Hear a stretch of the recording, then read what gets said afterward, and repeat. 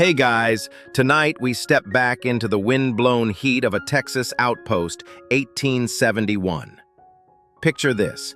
The air's dry enough to split your lips, cicadas buzz like tiny engines in the brush, and a haze of distant campfire smoke stains the horizon a dirty orange. You're on horseback, saddle creaking, eyes narrowed against the glare. You've been riding for days, alone, your skin leathered by sun and memory.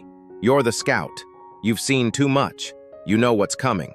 The town doesn't. And here's the part where you probably won't survive this. So, before you get comfortable, take a moment to like the video and subscribe, but only if you genuinely enjoy what I do here. And while we're at it, drop your location and what time it is where you're listening. I always love seeing where these stories find you. Now, dim the lights. Maybe turn on a fan for that soft background hum, and let's ease into tonight's journey together. You trudge into El Brazado just after noon, your horse sagging beneath you, ribs sharp under its sun-bleached hide. It's not much of a hound, maybe 12 structures in total if you count the lopsided feed shack and the crumbling adobe chapel with its bell long since scavenged. The wind kicks dust against the saloon's front steps, where a dog sleeps with one ear twitching. Nobody greets you. They watch from behind cracked shutters and rifle barrels. You're used to it. You head straight for the telegraph shack, a leaning post and plank affair guarded by a boy who couldn't be older than 13. He doesn't flinch as you dismount, just nods once and says, "Sheriff says you best talk to him first." Of course he does. Inside the sheriff's office, really just a desk, a cot, and a wall with more bullet holes than posters, you find Sheriff Laramie smoking a pipe like it's the only thing keeping his soul anchored. He's missing 2 fingers on his left hand, probably due to the kind of accident you don't survive twice. "Well," he grunts, not looking up, "I suppose you're the one Fort Mason sent." You say nothing. "I'll take that grunt as a yes." He finally looks up. "So what's the story?" "The story." You let the words sit in your throat for a moment before answering. The Comanche are moving again, fast. The pattern is familiar. Raids to the north, feints to the east, smoke rising where there shouldn't be smoke. You've seen the markers. The carved trees, the animal entrails laid out like maps. You try to explain this, but Laramie waves you off. "I don't need signs and gut feelings. I need numbers. How many men?" You shrug. "Enough." He doesn't like that answer, but he also doesn't throw you out. Outside, you walk the perimeter of town. A few men with rifles lean against doorways, chewing tobacco like it's a form of prayer. The blacksmith eyes you warily, hammer paused mid-air. A woman hauls water from a well, bucket swaying, gaze locked on you like she's trying to read a future she doesn't want. You sleep in the stable that night, curled against your horse, the hay scratching your arms. You dream of the fire again, always the fire, the night Fort Griffin burned, and the way the sky turned the color of bruised peaches. You wake before dawn covered in sweat. By mid-morning, you're back in front of the sheriff, laying out your terms. You'll help defend the town, but only your way. That means choosing the lookout spots, moving the livestock, rigging the road with traps made from horseshoes and cactus thorns. Laramie grumbles, but agrees. Mainstream fact for you here. By 1871, the U.S. Army was thinly stretched across Texas, with fewer than 3,000 soldiers patrolling a region nearly the size of France. That meant towns like El Brazado were often on their own, relying on men like you, scouts, drifters, half-wild trackers who spoke English, Spanish, and sometimes Comanche better than they spoke kindness. You spend 3 days preparing. The townsfolk start calling you El Fantasma behind your back. The ghost. Fitting, really. On the second night, a boy disappears from the edge of town. No sound, no scream, just gone. His mother sits outside her house in a rocking chair that doesn't rock, clutching a tiny boot and whispering a name over and over. Historians still argue whether these pre-raid disappearances were tactical abductions, sacrifices by infiltrators, or something stranger, ritual even. You track as far as the arroyos and find blood but no body. That's when you start carving messages into tree trunks, in a language you don't tell Laramie you know. And now, your fringe fact. Some Comanche scouts, known as the wolf walkers, trained themselves to mimic the howls and postures of wild animals so precisely they could move through camps and even settlements at night without being noticed. You think about that as the wind howls across the plain. The night before the siege, you sit alone by a dying fire behind the stable. A girl approaches, maybe 16, maybe 20. Hard to tell with all the dust and defiance in her face. She drops a piece of fry bread on your blanket and says, "Mama says you're gonna save us. I told her maybe not." You nod. She's probably right. She doesn't smile, just turns and walks away. The stars above blink like old eyes. You whisper something in Comanche. Not a prayer exactly, just a warning to whatever spirits still bother to listen. At dawn, the town smells like fear and horses. You're on the roof of the general store, scanning the horizon with a spyglass that's more brass than glass. The world is too quiet. No birdsong, no wind, not even the buzz of those infernal cicadas. Just heat rising in wavy curtains off the earth and the creeping certainty that something's about to shatter. Sheriff Laramie joins you a few minutes later, wheezing from the climb. "You really think they'll come in daylight?" You tilt the glass down to the ridgeline. A dark shape shifts, then another. They're already here. He curses under his breath, then asks the question that's been pacing his brain for days. "Why are you helping us?" You don't answer. Just hand him the spyglass and point to a patch of mesquite. A rider leans forward on his mount like a shadow painted in motion, then disappears behind a rise. Laramie exhales, "Lord help us." Back on the ground, you gather the townsfolk in the chapel. The pews are half-rotted, but no one sits. You map the town in dust on the altar. 4 sentries on the south. 2 riflemen in the schoolhouse. You want the women and children in the cellar beneath the saloon. It's the only building with stone walls thick enough to stop an arrow or a bullet. They listen, mostly. Except for one man with a gut like a watermelon and a voice like a mosquito who keeps asking why they should trust you. You mention the blood trail near the arroyo. That shuts him up.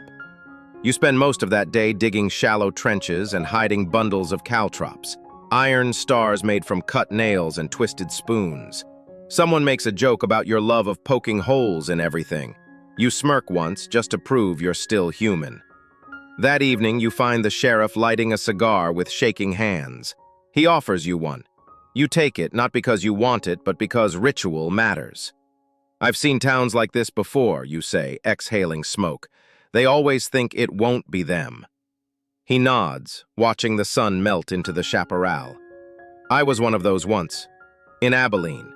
He doesn't say what happened there. He doesn't need to. Just before nightfall, you post up beside the corral, whittling a stick down to a toothpick. That same girl, the one who gave you fry bread, approaches again.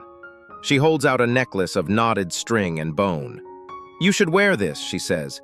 "Keeps away shadows." You smile, soft as you can manage.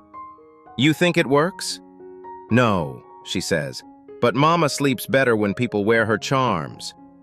You tie it around your neck. Then the screaming starts.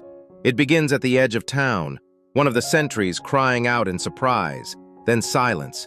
You dash toward the sound, boots hammering the hard-packed ground. By the time you reach him, he's slumped over, an arrow sunk clean through his shoulder. Still breathing, barely. You drag him behind the feed shed and whisper, "Stay quiet." Then you disappear into the darkness like you were born from it. Here's a little-known fact to keep in your pocket. Some Comanche warriors rode into battle with their faces painted in black and white patterns that mimicked skulls, not just to terrify, but to signify they'd already accepted death. You glimpse that face now, painted, patient, watching you from between 2 barrels near the tannery. You don't raise your rifle, you wait. Because you're not here to start a war, you're here to end a siege. At midnight, the attack begins for real. Arrows light the night in flickers. One catches a rooftop and turns the schoolhouse into a bonfire within minutes. You bark orders, move between cover points, and trust your traps to do what you designed them for. They do. 2 horses go down screaming in the caltrop ditch. One warrior tumbles from his saddle, lands on a nail bed you made from bent garden tools. It's gruesome. It's necessary. In the saloon, Laramie and a few others return fire through sandbagged windows. A boy reloads rifles with trembling hands, whispering what might be prayers or math tables. Somewhere near the chapel, a bell that hasn't rung in years suddenly clangs once, then topples with a crash that echoes like a cannon. Dust clouds rise. You duck just as a bullet shreds the post beside your ear. You don't flinch, not anymore. Historians still argue whether these frontier sieges were tactical strikes for territory or driven by revenge. But standing here ducked behind a barrel with splinters in your shirt and smoke in your teeth, you think it's neither. This feels like a test of will, of spirit, of who blinks first. By 2 a.m., the hound looks like a painting someone tried to set on fire and forgot to finish. The water trough is overturned. The livery is half collapsed. And yet you're still here. You catch a glimpse of a familiar figure through the haze, the man with the skull-painted face. He's watching you again, this time from the roof of the blacksmith shop. He lifts a hand. Not a threat, just acknowledgement. Then he disappears into the smoke. By dawn, the raiders are gone. 6 dead on their side, 2 on yours. The town breathes again. You find Laramie sitting on the chapel steps, bleeding from a graze along his cheek, sipping from a hip flask like it's communion. "Well," he says, voice hoarse, "guess we owe you a thank you." You just nod. Then you walk to the outskirts of town, past the smoking schoolhouse, past the crushed fence where the horses panicked, past the girl who watches you with that same unreadable look. You don't stop walking, because this isn't over. Not yet. You don't make it far before the heat hits you like a slap. Even the wind's gone lazy, dragging its feet through the dust, while the mesquite trees stand crooked and unimpressed. You've left El Brazado behind, just barely, but the town still clings to your boots, to your thoughts, to your skin. You can feel it there in the sweat between your shoulder blades, the weight of the dead, the unfinished business. You set up camp by an old stone well, half buried in chaparral, the kind that used to mark a homestead long vanished. Nothing left now but the ghosts and maybe a coyote's skull wedged in the rocks. You boil water, drink slowly, let the fire crackle without feeding it too much. You're conserving everything now: strength, silence, doubt. That night, you dream of smoke again. Not fire this time, pipe smoke. Your grandfather sitting under the stars, speaking in a voice so soft it seemed to float above the dirt. "They won't understand you," he'd said once. "Not fully, but understanding's not the point. The point is knowing when to stay and when to vanish." You wake up with the girl's charm hangled around your neck and a jackrabbit staring at you from the edge of camp. You blink, it bolts. You head north. By the second day, your legs ache in that deep, familiar way, like your bones are arguing with the trail. You pass buzzards circling something you don't want to investigate. Somewhere in the distance, a train whistles across the plains. That's your mainstream fact for this stretch. By 1871, rail lines were snaking deeper into Texas, carving up Comanche territory and delivering settlers, soldiers, and steel faster than the tribes could adapt. Faster than you like. On the 3rd night, you find him, or rather, he finds you. You're squatting by a creek, refilling your canteen when a voice says, "You've got heavy footsteps for a ghost." You don't reach for your rifle, just stand, slowly. He's there on the ridge, horse behind him, arms crossed like he's posing for a coin you'll never find in circulation. Skull paint faded now, just traces around his eyes and jaw. Older than you expected, younger than your nightmares made him. You nod. He nods back. "You speak our tongue," he says. "I speak a lot of things," you answer, fluently in trouble. He snorts, almost amused. "You should have stayed in that town. They'd carve your face into a story." "I'm not built for statues." He tilts his head. "No, you're built for walking away." The silence that follows isn't tense. It's thick, full of something neither of you can quite name, grief maybe, or the shape of understanding, blurry at the edges. Eventually he sits. You sit too. No fire. just the stars and the slow shifting of the earth underfoot. He speaks again, low and rhythmic, stories, but not for your benefit. He's naming the dead, his dead. You close your eyes. Somewhere deep in the folds of memory, you recall that fringe tidbit. Comanche warriors believed the name of a fallen comrade shouldn't be spoken aloud until their spirit had traveled far enough not to be summoned back. You realize now what he's doing, not just mourning, setting them free. You listen. When he finishes, he stands. "This place is no longer for us," he says, not bitter, just honest. "Maybe it never was. Still, we made it bleed." You nod. Before he leaves, he tosses something at your feet, a bone charm, just like the one the girl gave you. Only this one is older, smoothed by years of wind and fire. "You're not the only one who walks both paths," he says. Then he disappears into the brush, silent as vapor. You stay by the creek for 2 more days, you catch fish, you mend a rip in your coat. You almost believe you could stay longer, but you don't. Because you hear it. Not out loud, not with your ears, with your blood.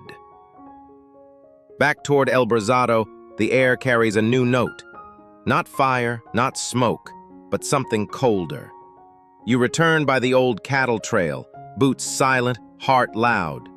The town looks the same from a distance, quiet, still. But closer, the details shift. Windows boarded tighter, horses penned in the chapel yard, and in the dirt outside the saloon, a child's drawing etched with a stick. 2 figures, one with a long rifle, one with black eyes. You step inside the sheriff's office. Laramie's there, sharpening a knife that doesn't need sharpening. "They came back," he says. You don't ask who. "I think they were scouts, just looking, testing." You nod. "And the girl?" His jaw tenses. "Gone. Vanished during the night. No sign, no sound." You don't speak for a long time. Instead, you go to the chapel. The pews are pushed aside now, the cellar door open. You head down. Smell damp stone and mildew. You run your hand along the wall, searching. There it is, a handprint, small, pressed in ash. Later, by the well where you first arrived, you sit. The sun sets in thick streaks like the skies bleeding on purpose. You take both charms, the girls and the scouts, and tie them together. Then you toss them into the well and watch the dark swallow them whole. You stay there all night, because something's coming, and it isn't finished with you yet. You wake before sunrise, boots still laced, hat tipped over your eyes, back aching from the well's stone lip. The town behind you stirs faintly, doors creaking open, livestock rustling, that one dog still barking at shadows like it's his sacred duty. But you know better. They're not just shadows, they're signs. By breakfast, you've already walked the perimeter twice. Nothing fresh, no tracks, no markings. Still, the air tastes off, like the space between thunderclaps. Laramie meets you near the stable, a stale biscuit in one hand, his eyes red with sleeplessness. "I can feel it in my teeth," he mutters, and you believe him. You don't say much. Instead, you show him the handprint in the chapel cellar. He exhales slow, like a man realizing the roof's already collapsed and he's just noticing the dust. "No word from Fort Mason," he says. "Telegraph wire's been dead since yesterday. Might be storm damage, might be worse. Might be deliberate, you think, but don't say. Cutting off the line before the strike, classic tactic. You spend the morning resetting traps, not the crude ones this time, something subtler. A few buried iron spikes, a loose board over a pit lined with broken glass. You hum while you work, just enough to keep the ghosts guessing. Here's your mainstream historical moment of the day. In the early 1870s, Texas frontier towns often had only 1 or 2 functional weapons per household. Ammunition was rationed, and powder went bad if stored wrong. Most of the people you're trying to save are armed with hope and table knives. Hope's never been your weapon of choice. At noon, you find the boy, the same one who stood guard at the telegraph shack your first day. He's kneeling in the road, poking the dirt with a stick. When he sees you, he doesn't smile. "They left something," he says. You follow his gaze. Just beyond the livery, marked in red ochre across the planks of the fence, a circle with a single slash through it. Not Comanche, not Apache. Something older, a warning. You trace it with one finger. The paint is warm, still tacky, fresh. You feel the prickling on your neck before you hear it. Wind changing direction. Birds taking off in unison from the cottonwoods. They're here. This time, they don't wait for night.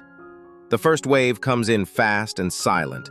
2 riders, no war cries, just the thudding of hooves and the gleam of obsidian blades. You drop one with a shot that echoes across the plain like a sermon. The second vanishes around the back of the general store. The townsfolk spring into motion, scrambling to positions. You spot Laramie at the saloon, barking orders and cursing, like he's trying to conjure divine intervention. You move like smoke, fast, low, always listening. By mid-afternoon, the town is full of half-battles. The livery burns. The chapel bell tower collapses entirely this time, blocking the main street with splintered beams and ash. You lose sight of the boy. You lose count of your shots. You don't lose your breath. Not yet. You duck behind a barrel near the well, catch your reflection in the metal rim of a canteen. You look like someone else. Or maybe the version of you that others whisper about. El fantasma, the ghost. The one who never stays. The one who shows up when it's already too late. And now your quirky tidbit. Some frontier towns believed in what they called echo spirits, not ghosts exactly, but people who'd narrowly escaped death and became changed. Not fully alive, not entirely gone. You think about that, about how long it's been since you felt fully anything. The second wave comes harder, bolder. A wall of them this time, more organized. The town's defenses creak under the pressure. You fall back to the chapel steps, rifle nearly out, knife ready. Beside you, Laramie's hit, arm hanging limp, teeth gritted against a scream. "We're not gonna make it," he grunts. You check the line of smoke rising from the livery. Check the alleyways, the rooftops. "No," you say, "we're not." The last thing you hear before the moment breaks is a girl's voice. "Behind you." You turn.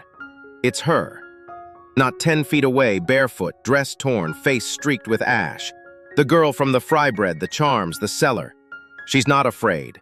And behind her, shadow figures. Not Comanche, not settlers, riders in neither world. They don't strike. They watch. She nods at you, then steps between them like smoke through trees. And just like that, they vanish.